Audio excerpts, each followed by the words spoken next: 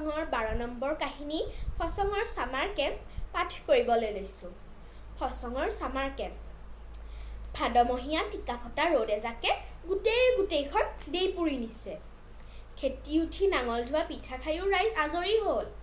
গতিকে ৰ'দজাকৰ বাবে কোনেও সূৰ্য দেৱতাক গালি নাপাৰিলে। ৰাইজৰ কোনোবাই ভাত ঘুমটি মাৰিছে, কোনোবাই তাঁতৰ শালত বহিছে, আকৌ কোনোবাই শাৰী পাতি ওকণি মাৰিছে। আমাৰ ফচঙে আকৌ ৰাতিয়ে ডালফলি এটা চিকাৰ কৰিছিল।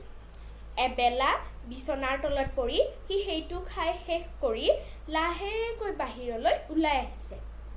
ভাগ্যে সি যে বিচনাৰ তলত মাংস ভোজন কৰি আছিল বুলি আইদেৱে গমেই নাপালে, নহ'লে তাৰ ফালে এটা ফৰমুটি উফৰি আহিলেহেঁতেন। গেথেলাটো হৈ ফচং কঁঠালজোপাৰ তলত ৰ'লহি। ইতিমধ্যে বাকী ৰাইজে তাতে মেল মাৰি আছিল। ফচং গৈ পখৰাৰ গাতেই গা লগাই লেপেটা কাঢ়ি বহি হেৰি নহয় বুলি মাত এষাৰ লগালে। ইমান পৰে মেলৰ মুখ্য বক্তাৰূপে টেপাই থকা বগী বুঢ়ীয়ে ফচঙৰ হেৰিটো শুনিয়ে জকাই উঠিল। আহিল আমাৰ ডুং পিন্ধা শিয়ালটো, ক'ব এতিয়া কিবা এটা।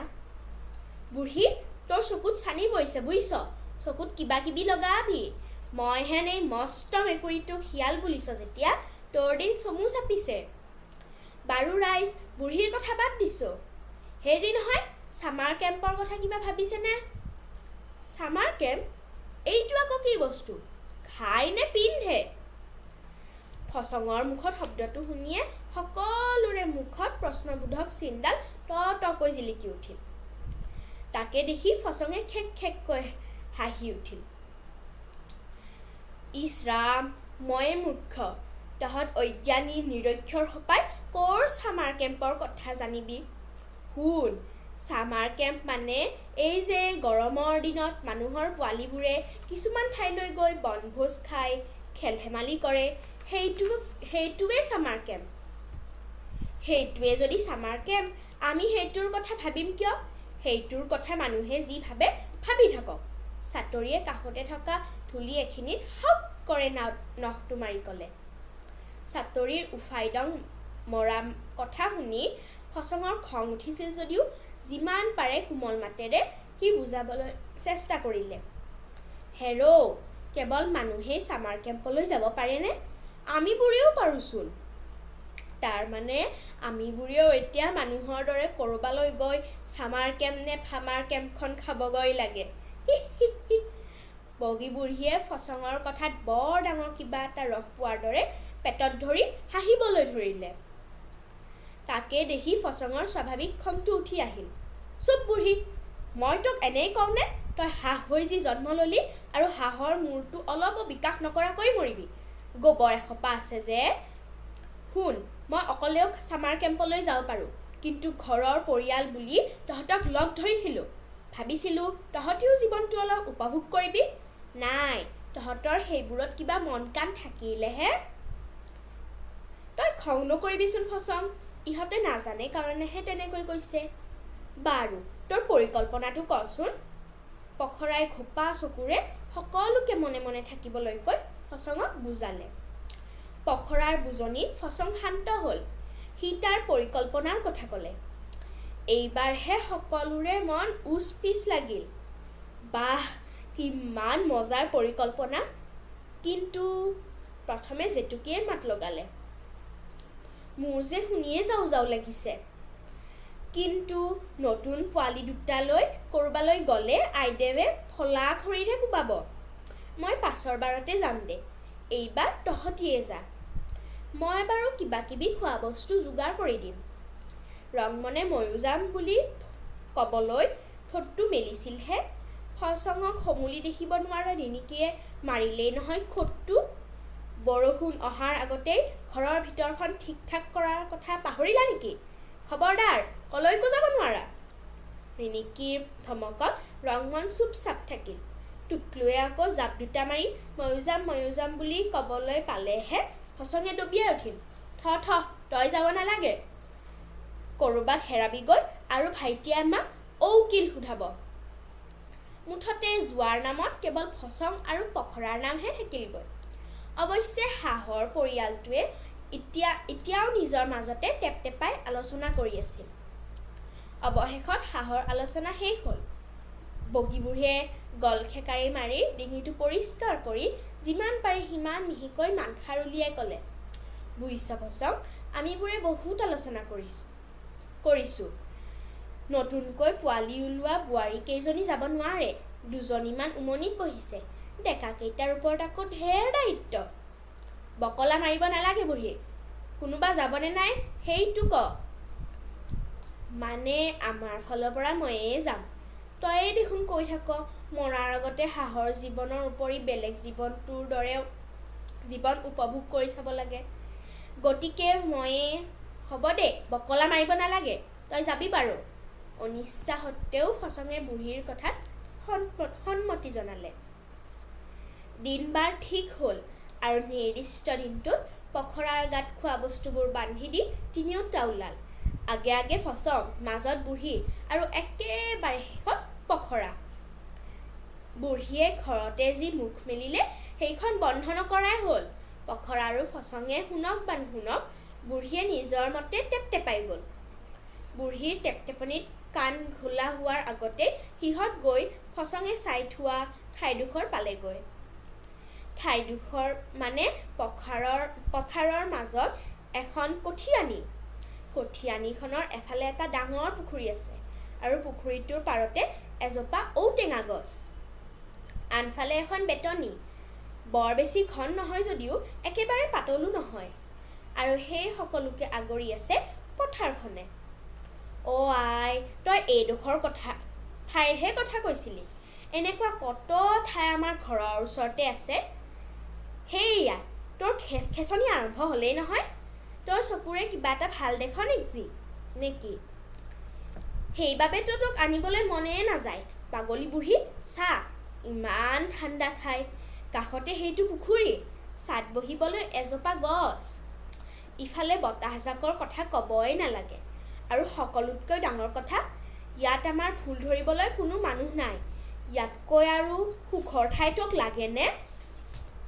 ফচঙৰ বকনি শুনি বগী বুঢ়ীয়ে অলপ সময় টভক মাৰি ল'ল। তাৰ পাছত ক'লে, তই ঠিকেই কৈছ ফচং, সঁচাইতো ইয়াতকৈ আৰু সুখৰ ঠাই হ'বই নোৱাৰে। এতিয়া বাৰু সেইবোৰ কথা বাদ দে, জীৱন উপভোগ কৰোঁ। কথাষাৰ কৈ বুঢ়ী ৰৈ নাথাকিল, পাখি দুখন ধপ ধপাই পুখুৰীত নামিলেগৈ। বুঢ়ীক দেখি পখৰাও নামিলেগৈ। তয়ো আহ ফচং বুলি পখৰাই কেইবাবাৰো মাতিলে যদিও ফচঙে মোৰ গাত অলপ জ্বৰ ভাৱ এটা আছে বুলি পানীৰ নমাৰ পৰা আঁতৰি থাকিল। পানী বুলিলেই হাত জাপ মৰা ফচঙে অজুহাতটো দিওঁতে দুয়োটাই বুজি পালে যদিও কোনো ধৰণৰ মন্তব্য নকৰি দুয়োটা পানীত খেলাত ব্যস্ত হ'ল। ফচঙে পাৰতে বহি সিহঁত দুটাৰ অলেখ চাই থাকিল। অলপ পৰ সাঁতোৰাৰ পাছত বগী বুঢ়ীৰ চাকৈ ভাগৰ লাগিল। তাই আহি পাৰত বহিলহি। পখৰা কিন্তু তেতিয়াও পানীৰ মাজত। বুঢ়ীয়ে পাৰত বহিয়ে চকু দুটা মুদি নিজৰ বকলা মাৰিবলৈ লাগি গ'ল। অতপৰ শান্তিৰে বহি থকা ফচঙৰ মূৰটো গৰম হৈ গ'ল। সি ঔটেঙা জোপাৰ ডাল এটাত বহিলেগৈ। এইফালে বুঢ়ীয়ে তাইৰ যৌৱন কালৰো কথা ক'বলৈ লাগি গ'ল। সেইফালে ফচঙো অলিক কল্পনাত মগ্ন হ'ল। হওঁতে ফচঙে আগতেও কল্পনাৰ মাজত ডুব নোযোৱা নহয়, কিন্তু আজি অলপ দিনৰ পৰাই তাৰ কল্পনাবোৰ সলনি হৈছে। এজনী ৰূপহী যাই তাৰ কল্পনাত অহা যোৱা কৰিবলৈ ধৰিছে। আজি ৰিবকৈ বলি থকা বতাহজাকে ফচঙৰ কল্পনাত ঘিউ ঢলাৰ দৰে কাম কৰিলে। তাৰ চকু দুটা জাপ খাই আহিল। শূন্যৰ মাজেৰে জাইজনীয়ে তাৰ ফালে হাতোৰা এখন আগবঢ়াই দি ক'লে, আহা। ফচঙে নিজৰ হাতোৰাকেইখন জাইজনীৰ ফালে আগবঢ়াই দিলে আৰু সিও শূন্যত ভাহি উঠিল। এই গোটেই কাণ্ডবোৰ আন এটা প্ৰাণীয়েও লক্ষ্য কৰি আছিল।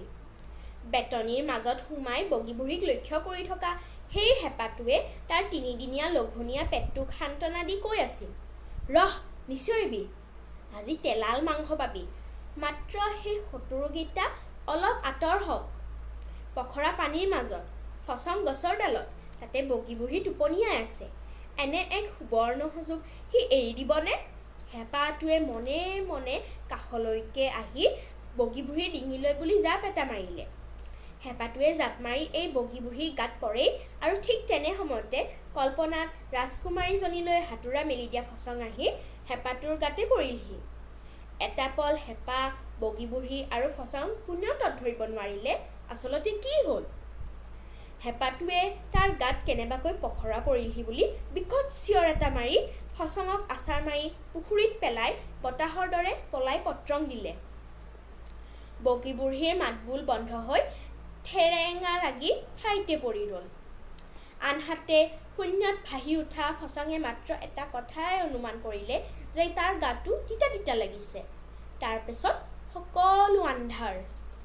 ফচঙে যি সময়ত জ্ঞান ঘূৰাই পায় সেই সময়ত বগী বুঢ়ীয়ে পৰিয়ালৰ লগতে ওচৰ চুবুৰীয়া সকলোকে ফচঙে কেনেকৈ তাইৰ জীৱন ৰক্ষা কৰিলে তাকে কৈ আছিল।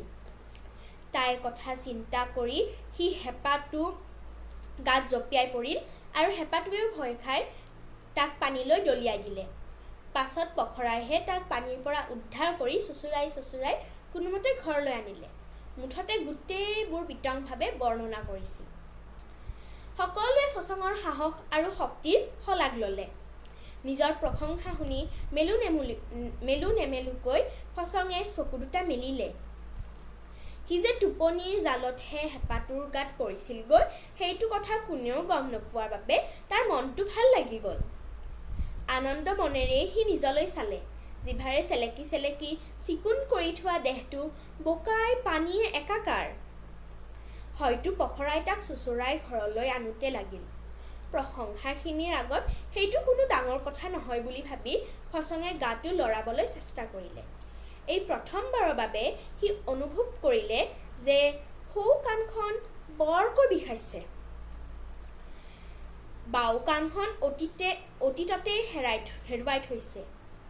এইবাৰ এইখনো কিবা হ'ল নেকি বুলি লাহেকৈ চুই চালে আৰু লগালগ আতাহ পাৰি উঠিল। বুঢ়ী ঐ, তই নমৰিলি কিয়? তই মৰা হ'লে মই বৰ ভোজ খালোহেঁতেন ঐ বুঢ়ী। তই মোৰ ছামাৰ কেম্পটো খালিয়ে মোৰ বাচি থকা কাণখনকো খালি।